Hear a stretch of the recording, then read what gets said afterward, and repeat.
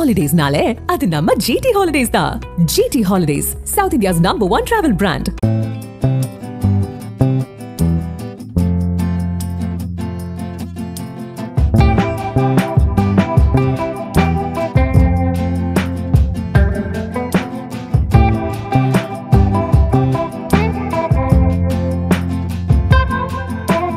இதுதான் நம்ம இன்குபேட்டர் நம்ம முட்டையை பண்ணையில் வர முட்டை எல்லாமே கலெக்ட் பண்ணி இங்கே தான் வச்சுருக்கோம். வாங்க பார்க்கலாம்.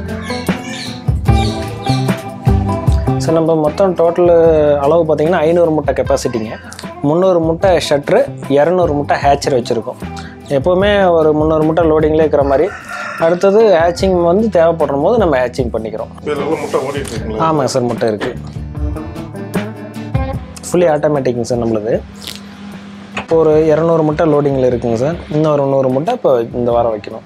300 முட்டை கெப்பாசிட்டிங்க சார். இதான் இது சட்டருங்க சார், இது ஹேச்சரு.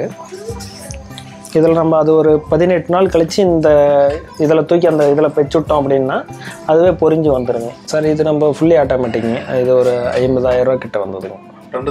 ரெண்டு சேர்த்திங்க. அதில் அந்த ஸ்ப்ரிட்ஜ் வச்சுருக்குங்க. இதில் தான் வந்து முட்டையை நம்ம லோட் பண்ணுறோம். டெய்லி வந்து கலெக்ட் பண்ணுற முட்டை எல்லாமே இங்கே வச்சுருந்துங்க. ஆமாம் சார், அந்த குறிப்பிட்ட அந்த டெம்பரேச்சருக்குள்ளேயே நம்ம மெயின்டைன்ஸ் பண்ணுங்க. அப்படி இல்லைன்னா ஆமாம் சார், கண்டிப்பாக இது தனியாக நம்ம வாங்கணும்.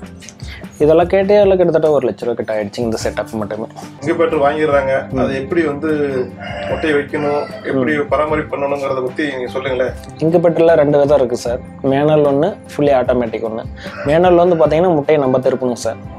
செலவு கம்மி, அதாவது விலையாக கம்மியாக இருக்கும். நம்ம வந்து ஒரு நாளைக்கு 4 டைமாவது முட்டை கையால் திருப்பி விடணுங்க. ஃபுல்லி ஆட்டோமேட்டிக்னு ஒன்று இருக்குது சார். நம்மளுக்கு அது வேலை மீதிங்க. ஒரு நாள் லோட் பண்ணி விட்டோம் அப்படின்னா அது கரு பிடிச்சிருக்கா அப்படின்றது மட்டும் அது ஒரு வாரம் கழிச்சு அதை ஸ்கேன் பண்ணி பார்க்குறதுங்க. அதை நான் சொல்கிறேன் சார். ஃபுல்லி ஆட்டோமேட்டிக் வந்துட்டிங்கன்னா உங்களுக்கு வேலை சுலபம். உங்களுக்கு ஃபுல்லி ஆட்டோமேட்டிக் தான் பண்ண ரீதியாக போகிறவங்களுக்கு ஈஸியாக இருக்குங்க சார். அதே போல் முட்டையை நம்ம டெய்லியும் இதில் லோட் பண்ண முடியாது. வாரம் ஒரு டைமு முட்டையை சேகரித்து ஸ்ப்ரிட்ஜோ இல்லைன்னா ஒரு மண்பானையில் ஒரு அரிசி இது போல் கொட்டி சேகரித்து அந்த கரெக்டான டெம்பரேச்சர் மெயின்டைன் பண்ணுங்க. மெயின் சூடுபடாமல் பார்க்கணும் சார். அந்த 30 டிகிரிக்கு மேலே போகாத அளவுக்கு அந்த முட்டை கூலிங்கில் வச்சுருக்கணுங்க. கூலிங்கில் வச்சிருந்ததுக்கப்புறம் வாரம் ஒரு டைம் நம்ம இன்குபேட்டரில் லோட் பண்ணிக்கலாங்க. லோட் பண்ணி கரெக்டாக 18 நாள் கழிச்சு ஹேச்சர் கண்டிப்பாக மாற்றி தான் ஆகணுங்க. எவ்வளோ பெரிய இன்குபேட்டராக இருந்தாலும் 18 நாள் வரைக்கும் அது அந்த ரொட்டேஷனில் இருக்கும். அதாவது முட்டை சட்டருங்க சார். அதுக்கும் இதுக்கு என்ன வித்தியாசம் சார்? சட்டரும் ஹேச்சரும் ஒன்றாவே இருக்கும். நம்ம 100 முட்டை 200 முட்டை 300 முட்டை எடுத்திங்கன்னா ஒரே இதாக வரும். நம்ம வந்து கொஞ்சம் வேலை கொஞ்சம் சுலபமாக பண்ணிக்கலாம். 2ஆக பிரிச்சிட்டோம். ஏன் அப்படி இருக்குங்க? அதுக்கு இதுக்கு என்ன, அது என்ன வேலை செய்யுது, இது என்ன வேலை செய்யுது சார்? அதாவது முட்டை 18 நாள் வரைக்கும் அந்த முட்டை டில்ட்டிங் ஆகணும். அதாவது முட்டையை திருப்பி விடணும். கோழிங்க பார்த்தீங்கன்னா அந்த காலையே திருப்பிக்குங்க. எப்படியா இருந்தாலும் ஒரு நாளைக்கு 4 டைம் முட்டையை திருப்பணுங்க. ஒரே ஷேப்பில் வச்சிருந்தோமா பொரிக்காதுங்க. முட்டை வந்து திருப்பி விட்டால் தான் பொரிக்குங்க.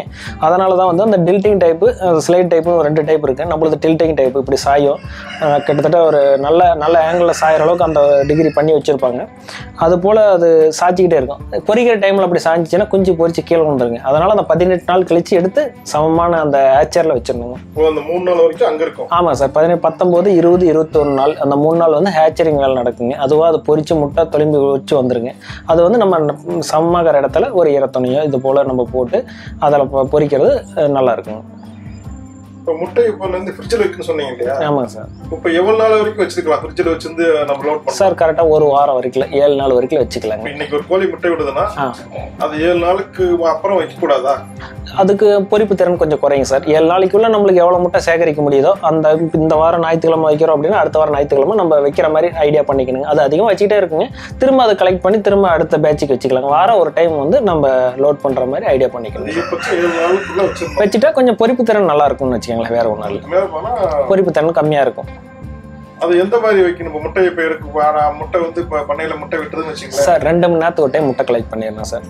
கம்பல்சரி 2 மணி நேரத்துக்கு ஒரு டைம். அதுவும் அந்த வெய்ய காலம்னும் போது 1 மணி நேரத்துக்கு ஒரு டைம் முட்டை எடுக்கிறது கூட நல்லது. ஏன்னா பார்த்தீங்கன்னா கோழி அது அந்த ஹீட்லேயே உட்காந்துட்டு இருக்கும், அந்த கரு ஃபார்ம் ஆகிடும். அதனால் உங்களுக்கு வந்து முட்டை வச்சு 1 மணி நேரம் 2 மணி நேரத்தில் முட்டையை திரும்ப கலெக்ட் பண்ணிடுங்க. அது ஒன்று ஹேச்சிங் ரிசல்ட்டில் குறைஞ்சிருங்க. அந்த பொரிப்பு திறன் வந்து கரு கலைஞ்சு போயிருங்க. அதனால் அந்த கம்ப்ளைண்ட் ஒன்று வந்துடும். 2 மணி நேரத்துக்கு ஒரு டைம் முட்டையை எடுத்துடணுங்க. எடுத்துட்டு நம்ம அந்த முட்டையை ஒரு சேஃப் வந்து நம்ம அந்த ட்ரேவோ இல்லைன்னா வேறு ஏதாவது அரிசி பானையில் கொட்டி தந்த பாரு இந்த சேஃபில் வச்சிங்க. ஒரு வாரம் வரைக்கும் அந்த டெம்பரேச்சர் மெயின்டைன் பண்ணிட்டு தான் நம்ம இன்குபேட்டர் படுக்க வைக்கக்கூடாதுங்க. அதுவும் வந்து உங்களுக்கு ஹேச்சிங் ரிசல்ட்டு குறைஞ்சிருங்க. முட்டை அந்த கூர்மையாகிற முட்டை பார்த்தீங்கன்னா அடிப்பகுதியில் காட்டுற பாருங்க. இந்த மாதிரி முட்டை சேஃப் இருக்கும் சார். பெருசு சின்னதாக இருக்குங்க. இந்த சின்னதாக இருக்கிற பகுதி தான் கீழே நம்ம எங்கே லோட் பண்ணாலும் அரிசி வச்சாலும் சரி பானையில் வச்சாலும் சரி அந்த சேஃபில் நம்ம பண்ணணுங்க.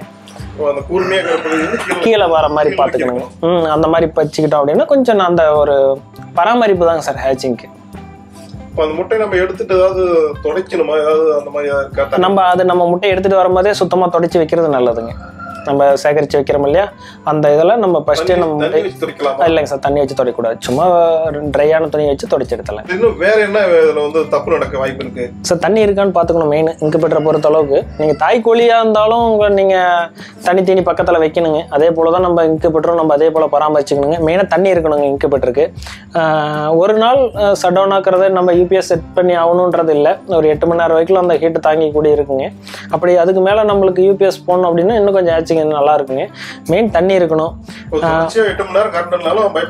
பயப்பட தேவையில்லைங்க சார். கம்பல்சரி நம்ம யூபிஎஸ் போட்டு தான் ஆகணும் அப்படின்றது இல்லை. ஒரு 8 மணி நேரம் வரைக்கும் நம்ம ஃப்ரிட்ஜ் போல தான் அந்த ஹீட் மெயின்டைன் பண்ணிக்குது. அது போல் அந்த டெம்பரேச்சருங்க பண்ணிக்கணுங்க. அந்த மேனுவலில் அந்த அலார டைப் வராதுங்க.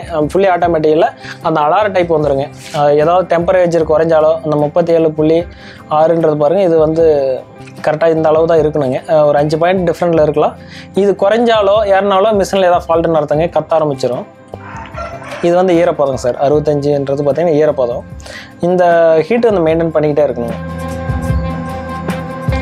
இது நம்ம கவனிச்சுக்கிட்டே இருக்கணும். ஆமாம் சார். அது கத்த ஆரம்பிச்சிடும். நம்ம ஃபுல்லி ஆட்டோமேட்டிக் அதுக்காக தான் போயிடணும் அப்படின்றது. அதுவே ஏதாவது ஒரு ப்ராப்ளம் தண்ணி இல்லையோ இல்லை முட்டை உள்ள ஏதாவது பொறிக்க ஆரம்பிச்சிருந்தனாலோ அந்த கத்த ஆரம்பிச்சிடும். அந்த சவுண்ட் விட ஆரம்பிச்சு அலாரம் அடிக்க ஆரம்பிச்சிடும். இப்போ ஒருவேளை இப்போ இந்த ஹீட்டு ஹால்னு வச்சுங்களேன், என்ன காரணத்தை ஹீட் ஆகாம போகலாம் சார்? இங்கே ஏதாவது காட்டுங்க. ஃபேன் ஓடலையா, உள்ள ஃபேன் இருக்குங்க, ஹீட்டர் இருக்குங்க, அந்த ஹியூமிடிட்டி இருக்குங்க, அந்த ஈரப்பதத்தை தயார் பண்ணுற மாதிரி இதெல்லாம் இருக்கும். எல்லாமே ரெடி பண்ணியிருக்காங்க. அலாரம் அடிக்குது அப்படின்னா அதில் ஏதோ ஒன்று ஃபால்ட்டாக இருக்கும். அதே போல் இது கரெக்டாக அளவு கரெக்டாக இருக்குதா அந்த அலாரத்தையும் நம்ம நம்பி இருக்கக்கூடாது.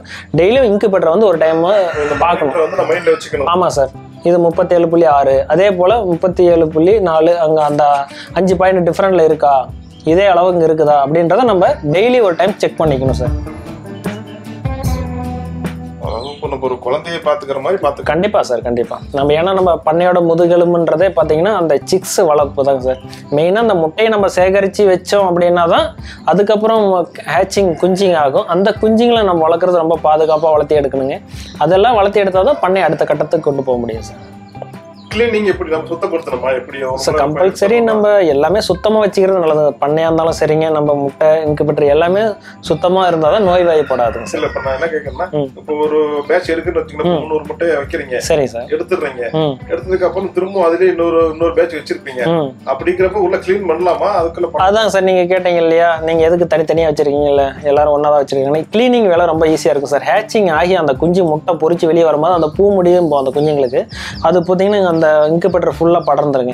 அதுவே தனியாக இருக்குது அப்படின்னா க்ளீன் பண்ணுறதுக்கு ஈஸியாக இருக்குங்க. இது முட்டை மட்டும் லோட் பண்ணிகிட்டே இருக்கலாம். ஹேச்சரின்னும் போது தனியாக இருந்துக்கிட்டால் அந்த டெஸ்ட்டு ஒவ்வொரு டைமும் சுத்தம் பண்ணுறது நல்லாயிருக்கும்.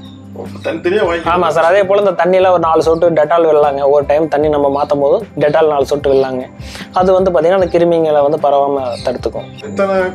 தாய்க்கோழி வச்சுருந்தா இன்குபேட்டர் வச்சுக்கலாங்க சார். 50 தாய்க்கோழிக்கு மேலே இருக்கிறவங்களுக்கு நம்ம இன்குபேட்டர் வச்சுக்கலாம். நான் சொல்கிறது அவ்வளோதாங்க. எனக்கு குறைவான கோழிங்க வச்சுருக்கும் போது முட்டை கம்மியாக வருங்க. ஒரு நாளைக்கு குறைஞ்சது, அதாவது ஒரு நாளைக்கு எனக்கு 5 முட்டை வருது அப்படின்னா 50 தாய்க்கோழி இருந்தால் தான் ஒரு நாளைக்கு 5 முட்டை வருங்க. நம்ம பெருவடையில் பொறுத்தளவுக்கு ஒரு 50 தாய்க்கோழிக்கு மேலே வச்சுக்கிட்டு இன்குபேட்டருக்கு போகிறது நல்லது. ஏன்னு கேட்டிங்கன்னா கம்மியாக இருந்துச்சுன்னா ஒரு நாளைக்கு 2 முட்டை 3 முட்டை வந்துச்சு அப்படின்னா அந்த இன்குபேட்டரில் நம்ம லோட் பண்ணி கரெக்டாக ஹேச்சிங் எடுத்து குஞ்சிங் ப்ரூடிங் போட முடியாது. மினிமம் ஒரு ப்ரூடிங்க்கு 30-50 குஞ்சு போட்டால் தான் நம்மளுக்கு கட்டுப்படி ஆகும். அந்த குறைஞ்சது 100 வாட்ஸ் பல்பு போடணுங்க. 50 குஞ்சாக தான் ஒரு 200 வாட்ஸ் பல்ப் போடணுங்க. அதுக்கு தனியாக ஃபீட் மெயின்டெனன்ஸ் பண்ணணுங்க. அதனால் குறைஞ்சது நம்ம ஒரு ப்ரூடிங் போடுறோன்னா 30 குஞ்சு அளவுக்கு போடணுங்க. அப்போ ஒரு டைம் லோட் பண்ணுறோன்னா குறைஞ்சது ஒரு 80 முட்டை 100 முட்டை அளவுக்கு நம்ம லோட் பண்ணுவோம் சார். அப்போ தான் வந்து கரெக்டாக இருக்கும். 50 தாய்க்கோழிக்கு மேலே போகிறது இன்குபேட்டர் அவசியம். 100 முட்டைக்கு மேலே வைக்கிற மாதிரி இருந்தால் தான் ஒரு டைம் நம்ம லோட் பண்ணுறோம்னா குறைஞ்சது ஒரு 100 முட்டையாவது லோட் பண்ணுற மாதிரி இருந்தால் நம்ம 100 முட்டை லோட் பண்ணாலே குறைஞ்சது 70 குஞ்சு அளவுக்கு தான் வரும் பெருவடையில்.